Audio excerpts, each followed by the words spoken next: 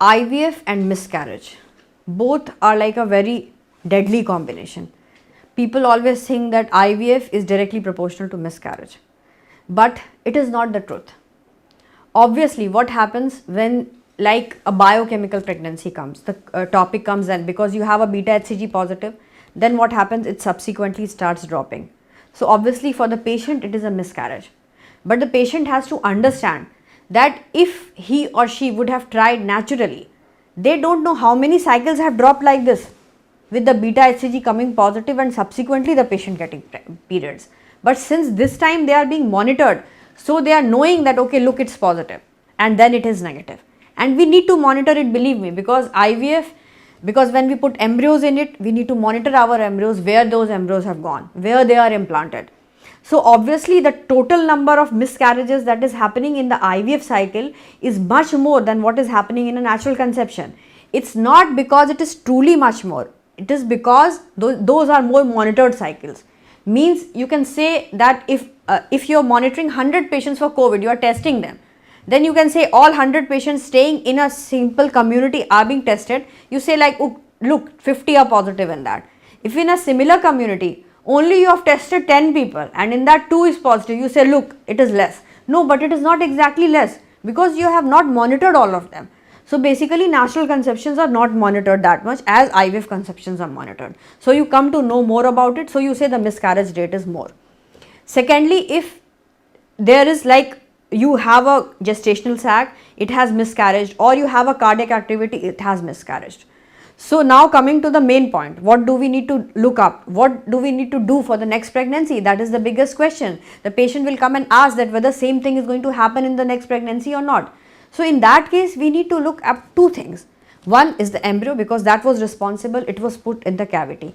And then the uterine cavity. The uterine cavity is basically the transporter, it is the incubator which will like grow the baby inside and leads to its delivery. So for testing the embryos, we need to like test, and the embryos are made up of eggs and sperm. So we need to sit back and relook whether there was any problem with the egg or sperm. So was the egg and sperm responsible for this miscarriage? If it was responsible for this miscarriage, then what can we do for it? If the embryos are good, they are grade A embryos, no fragmentation, no degeneration in them, then obviously we can look up to PGT also. PGT is a technique like pre-implantation genetic technique that gives us an edge. In that what happens, many embryos which are looking good, because you are only seeing the embryos, the embryologist is seeing the embryos and seeing that okay, it is good. So in that PGT at least you can do see it genetically whether they are good or not. So these genetically abnormal embryos also, they also don't lead to pregnancy. They also lead to recurrent pregnancy loss, whether it be naturally or whether it be an IVF cycle. Secondly, coming up to sperm selection.